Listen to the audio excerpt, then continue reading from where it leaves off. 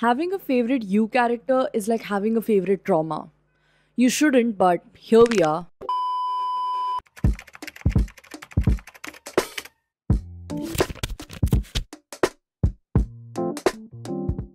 Hi, welcome back to my channel. I'm Kea, and today I'll be diagnosing your emotional damage based on who your favorite you character is. Hello. You? Because listen, You season 5 is out, and clearly humanity has learned absolutely nothing. Because Joe Goldberg is back, he's committing his crimes, looking suspiciously hot. And what are we doing? We're standing right here, clapping, acting like freaking proud enablers. At this point, it's not even Joe who's the real problem. It's us. We are the real red flags, bestie. So remember, if at any point during this video you feel attacked, good. Because that's the only correct reaction. Let's kick things off with the man who made stalking a personality trait, Mr. Joe Goldberg. The man, the myth. The walking restraining order. This man really saw how to lose a girl in 10 murders and said, bet. If Joe Goldberg is your favorite you character, I am sorry, but your childhood did not childhood the way it was supposed to. Oh. Like, to look at a man who stalks, who murders, who builds glass cages for people to torture people in his spare time and still think, This is misunderstood.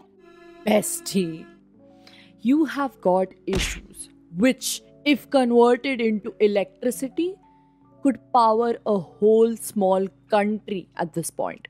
You don't just ignore red flags, you collect them. And then you knit them into these cozy little sweaters and call it a situationship. And you genuinely believe that if someone's obsessed with you, that is the ultimate love language. And deep down, you do not want stability. You want, Chaos. yeah, but like romanticized chaos with like the sad indie songs playing in the background. And also, as a child, I think you had this concerning emotional attachment to Disney villains. specifically before you could even spell therapy. I know Scar was your king. Do not lie to me. Do not lie to me. Okay. Anyways, I'll be rooting for your healing journey, I guess. And until then, stay toxic. Stay iconic. Next up, we have got Beck, or Guinevere Beck. The girl who thought therapy was expensive but dating walking red flags was free. Cut the cameras. Her main character energy was completely sponsored by like bad decisions. Now, if Beck is your favorite character, your main character syndrome is so bad that you dramatically stare out of the window and narrate your own life story. And you crave validation like it's the last slice of cake at a birthday party you weren't even invited to. You think being messy and sabotaging your own happiness is relatable behavior. And you probably don't want solutions. You just want people to get it without you ever having to explain. And I think in your like childhood, teenage days, you probably had a Wattpad fan fiction account where you wrote like these tragic love stories and you even cried while writing them. Don't lie, we know that. But anyways, sending you love, attention, and a gentle reminder that Healing isn't boring. until then, stay romantic, queen. Moving right along to Peach Salinger, the trust fund baby with a PhD in sabotage and unrequited obsession. She just didn't want only Beck's friendship, she wanted like a legally binding merger or something. If Peach is your favorite character, then you don't actually want friends. You just want like a fan club who is like contractually obligated to worship you. You crave loyalty like it's a basic nutrient, but you're willing to burn down entire friendships if someone takes like longer than 2 minutes to text you back.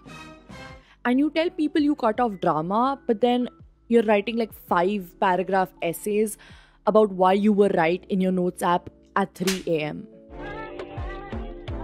You definitely have like this one secret folder on your phone somewhere which is labeled receipts or something on the same basis, and it has all these screenshots of all the arguments that you've had in the past, and you pretend you're over. They're all there. Yeah. Some people keep memories in scrapbooks. You just keep yours in. Evidence files. That's okay. I guess that's definitely not concerning, but stay terrifying. Coming up, the love of Joe's psychotic life, Love Quinn. She took ride or die quite literally, heavier on the die side, but yeah. And she really said, "You kill for me, I kill for you," and she called it foreplay.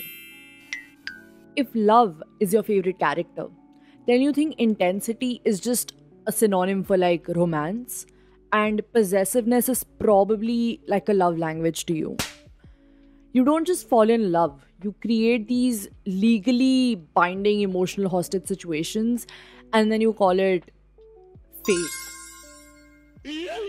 You don't trust easily, but like once you do, you're like, cool, now you're not allowed to leave. Ever. And I'm pretty sure there's been a time where you've made a fake account just to stalk your ex's new girlfriend, and you called it for research. That's interesting, but stay delulu, stay dangerous, I guess. Switching gears to Marianne Bellamy, the woman who almost made Joe become a better man. Emphasis on the almost part. She really took her piece, her kid, and dipped. As she should. If Marion is your favorite character, you're probably just trying to live a soft, peaceful life. But for some reason, every emotionally unstable person within like the 50-mile radius finds you first. Emotional damage. You crave stability, but then you accidentally audition for like trauma whenever you open your heart to someone. And I think you're kind of the person who believes in second chances, but then you still hold grudges like they're a family heirloom. Stay dreamy, stay accidentally messy. Moving on to the Ice Queen herself, Kate Lockwood. She really said trust no one, and that's genuinely the healthiest mindset anyone's ever had on the show. And she's the only woman who has ever looked Joe in the eyes and has still been able to gatekeep like her Brain cells. and has been able to secure the bag. A true professional. If Kate is your favorite character, then your trust issues are so deep that you literally double check your own good intentions before trusting yourself. Bruh. And you think being vulnerable is a scam that's invented by the weaker people. Your love language is definitely Not words of affirmation. it's more like acts of defiance followed by emotional repression. And you're allergic, like physically allergic, to anything that looks too easy or too good. If someone treats you nicely without a hidden agenda, your first instinct is to think, what do they want from me? Girl, chill. And I'm pretty sure you've rehearsed full-on conversations in your head when you're meeting someone new, just to emotionally prepare yourself in case they might betray you. Bruh. At lunch. Stay calculating and stay beautifully complicated. You. Now entering the villain era territory of Reese Montrose, who has the charisma of a TED Talk speaker and the energy of a Bond villain in like a cashmere turtleneck. Reese did not run for the mayor, but he definitely ran a psychological marathon right through Joe's mind. If Reese is your favorite character, you definitely think that you're just like one disciplined morning routine away from world domination. And spiritually, though, you already are giving the vibe of a villain monologue energy at a group project meeting. You love to romanticize the morally grey areas, but then deep down, you just love it when you're the Only one who gets to rewrite the rules. as and when it suits you. Also, you think manipulation is similar to problem solving but with flair. And I'm pretty sure you've rehearsed interviews in your head where you're on national TV and you're defending yourself for being Too real. stay like that, I guess. Or don't, please. Sliding into Reagan Lockwood now. She's what happens when generational wealth combines with zero chill and aggressive corporate violence. Reagan didn't just play the game, she bought the board. And she tried to fire the players and rewrite the rules, but, well. If Reagan is your favorite character, you don't just have fear of failure. You treat failure like it's an infectious disease, which you can get even if you breathe incorrectly. You don't relax, you optimize your free time and you feel guilty if you're not leveling up every 5 seconds. You demand perfection from yourself and secretly resent how nobody else can keep up with you. Because if you slow down, you might even have to admit that you're exhausted. You don't just want success, you want Domination.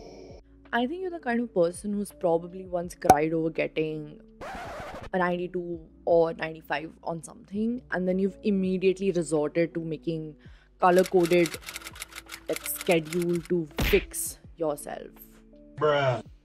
Stay undefeated, stay ruthless, I guess. And with that, we come to the end of this video. If your fave wasn't dragged today, you've escaped. But that doesn't mean you're better than the rest of us, okay? Drop your favorite character if it was missing in this video. And because we're not gonna judge you, we're just gonna deeply, silently feel concerned for you too. But yeah. And subscribe for more self-inflicted emotional damage. And until my next video, go block that man. Do it. Just do it. You know, go for it. And also stop thinking that the bare minimum is soulmate behavior.